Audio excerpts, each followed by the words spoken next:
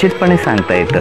त्यामुळे मिरची घेऊन पोपट उडाला, पोपट उडाला याचा अर्थ पोपट तिथे एक आहे आणि त्यामुळं या प्रश्नाचं उत्तर उभयवचन असं न येता पोपट उडाला म्हणजे उडाला या शब्दावरून, क्रियापदावरून पोपटांची संख्या निश्चित झालेली आहे.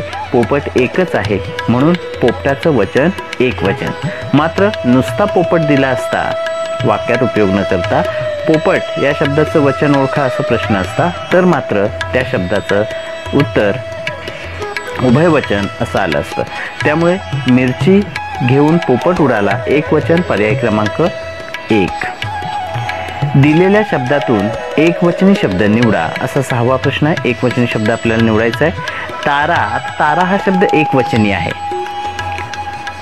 तो आकाशातले तारे या अर्थाने, आकाशातला तारा एक तारा आणि त्याचं अनेकवचन होईल तारे. पण हाच जर दुसऱ्या अर्थाने शब्द घेतला तार तर या अर्थाने त्या शब्दाचं अनेकवचनी रूप तारा असं होतं. म्हणजे तारा हा शब्द एकवचनी सुद्धा आहे, अनेकवचनी सुद्धा आहे. जर आपण तारा या शब्दाला उत्तर मानलं, तारा हा शब्द एकवचनी आहे, अनेकवचन तारे आकाशातली गोली या अर्थाने जर आपण धरलं तर तारा हे एकवचनी आहे. पण बाकीचे पर्याय आता अनेकवचनी पाहिजेत, ते आहेत का आपण पाहूया. धारा, एक धार अनेक धारा. गारा, एक गार अनेक गारा. लिंबू, लिंबू एकवचनी आहे. याचा अर्थ आपल्याला जो पर्याय क्रमांक 1 दिलेला आहे तारा, तो अनेकवचनी शब्द आपल्याला पकडावा लागेल. याचा अर्थ तारा हा शब्द तार या अर्थाने वापरलेला आहे. एक तार अनेक तारा म्हणजे तारा हा शब्द तार या अर्थाने अनेकवचनी आहे. धारा अनेकवचनी आहे, गारा अनेकवचनी आहे. लिंबू हा शब्द एकवचनी आहे कारण त्याचं अनेकवचन लिंबे असं होतं. प्रश्न 7वा. दिलेल्या शब्दातून अनेकवचनी शब्द निवडा. वेळी, एक वेळी. बघा फसवण्यासाठी पहिला पर्याय दिलेला आहे वेळे. तर या ठिकाणी जेव्हा विळा असा शब्द असतो त्यावेळेला विळे असं अनेकवचनी रूप होतं. परंतु या ठिकाणी वेळी असा शब्द दिलेला आहे. इकारांत शब्द आहे, स्त्रीलिंगी शब्द आहे आणि स्त्रीलिंगी इकारांत शब्दांचं अनेकवचनी रूप याकारांत होत असतं असा नियम आपण शिकलेलो होतो. ती वेळी आणि त्याचं अनेकवचन आहे विळ्या, पर्याय क्रमांक 2. पुढे प्रश्न 8वा. महाराजांनी सर्वांना शांत केले. महाराजांनी सर्वांना शांत केले. जाड ठशाचे वचन आपल्याला ओळखायचं आहे. महाराजांनी याचा अर्थ तिथे अनेक महाराज नसून एकच महाराज आहेत आणि त्यांना आदराने आपण महाराजांनी असं म्हटलेलं आहे. त्यामुळे असे जर आदरार्थी अनेकवचनी शब्द असतील तर त्यांना आदरार्थी बहुवचन असं म्हणायचं. आदराने ज्यांना आपण अनेकवचनी रूप वापरतो त्यांना आदरार्थी बहुवचन असा वचनाचा प्रकार मानलं जातं. 9वा प्रश्न. दिलेल्या शब्दातून अनेकवचनी शब्द निवडा.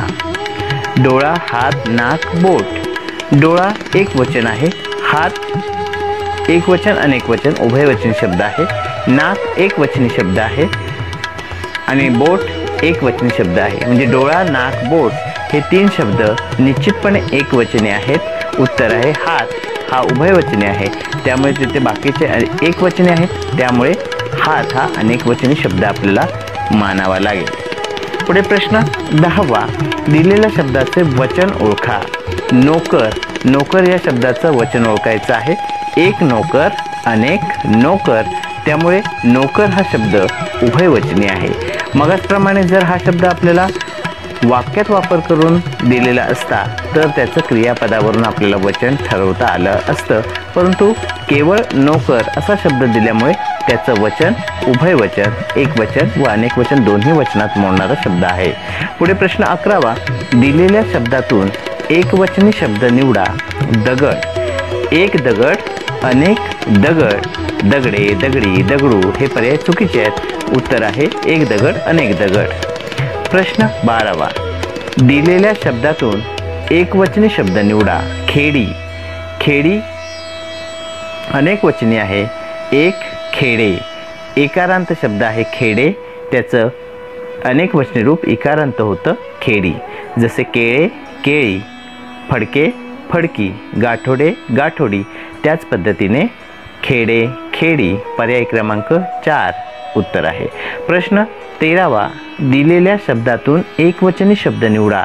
आता तरुण, दिवस, जवान, माणूस हे सगळे शब्द पाहिले तर असं लक्षात येईल की दिवस हा शब्द वेगळे काढण्याची शक्यता असते, कारण तरुण, माणूस, जवान हे माणसाशी संबंधित शब्द आहेत आणि दिवस हा वेगळा। परंतु या ठिकाणी आपल्याला एकवचनी शब्द निवडायचा आहे, त्यामुळे तरुण एकवचन, अनेकवचन, तरुण उभयवचनी शब्द आहे। एक दिवस, अनेक दिवस म्हणून दिवस सुद्धा उभयवचनी शब्द आहे। एक माणूस, अनेक माणसे, त्यामुळे माणूस हा निश्चितपणे एकवचनी आहे, कारण त्याचं अनेक वचन माणसे असं होतं। एक जवान, अनेक जवान म्हणजे तरुण, दिवस, जवान हे शब्द उभयवचनी आहेत। माणूस हा निश्चितपणे एकवचनी आहे, अनेक वचन त्याचं माणसं होतं, म्हणून पर्याय क्रमांक 3। प्रश्न 14वा, दिलेल्या शब्दातून अनेकवचनी शब्द निवडा। आता पहिलाच पर्याय आपल्याला खांब दिलेला आहे। खांब हा शब्द अनेकवचनी सुद्धा आहे, एकवचनी सुद्धा आहे, म्हणजेच तो उभयवचनी शब्द आहे। पुस्तक निश्चितपणे एकवचनी आहे, अनेकवचन पुस्तके होतं। रुपये अनेकवचनी आहे, एकवचन रुपया असं होतं। खिडकी एकवचन आहे, अनेक खिडक्या। याचा अर्थ आपल्याला खांब हा शब्द जरी दोन्ही वचनात मोडणारा असला तरी तो एकवचनी धरावा लागेल, कारण उत्तर आहे निश्चितपणे रुपये हा अनेकवचनी आहे, एकवचन रुपया होतो। आपल्याला अनेकवचनी शब्द निवडायला सांगितलेला आहे, पर्याय क्रमांक 3 रुपये। खिडकी, पुस्तक, खांब एकवचनी आहेत। प्रश्न 15वा, दिलेल्या वाक्यातील जाड ठशातील शब्दाचे वचन ओळखा। आईने मणी ओवले, या ठिकाणी सुद्धा मणी हा शब्द उभयवचनी आहे, एक मणी, अनेक मणी, परंतु वाक्यात वापर केल्यानंतर क्रियापदावरून आपल्याला दिलेल्या शब्दाचे निश्चितपणे वचन ओळखता येते। वाक्य आहे आईने मणी ओवले, ओवले म्हणजे मण्यांची संख्या अनेक आहे आणि म्हणून पर्याय क्रमांक 2 निश्चितपणे आपल्याला मणी अनेक आहेत हे वाक्यावरून, क्रियापदावरून सांगता येते, म्हणून पर्याय क्रमांक 2। तर अशा प्रकारे आपण वचनावरचे एकूण 15 प्रश्न आणि त्यांची उत्तरे पाहिलेली आहेत आणि या प्रश्नोत्तरावरून नक्कीच आपल्याला वचन हा भाग अधिक स्पष्ट झाला असेल। धन्यवाद।